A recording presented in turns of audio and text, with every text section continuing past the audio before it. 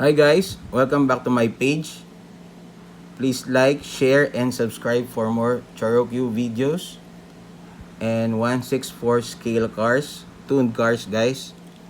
I have this in my collection guys. It's a J League, maybe a football team.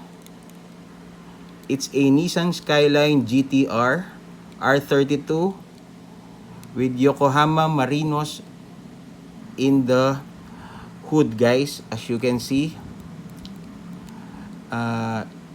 It's a football team in Japan.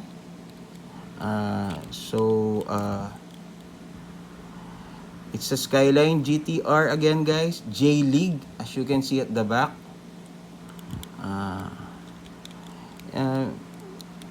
The paint is maybe in a rough condition, and the decals, because I bought this as a used one, but it's made in Japan guys, still made in Japan, but the tires are already changed, no Dunlop logo, but in good condition still guys.